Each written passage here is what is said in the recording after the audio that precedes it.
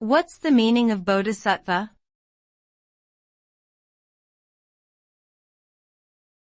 Bodhisattva.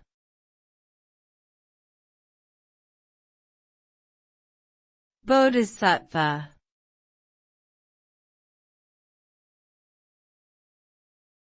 Bodhisattva.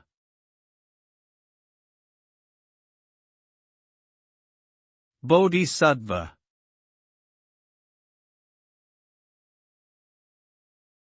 Bodhisattva is a term used in Buddhism to refer to individuals who have attained enlightenment, but choose to remain in the cycle of rebirth to help others achieve liberation.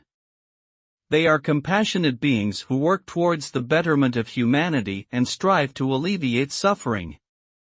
A bodhisattva is committed to the path of enlightenment and selflessly helps others along the way. The term literally translates to enlightenment being or awakened one, and embodies the ideal of the Buddhist path to cultivate wisdom and compassion for the benefit of all sentient beings.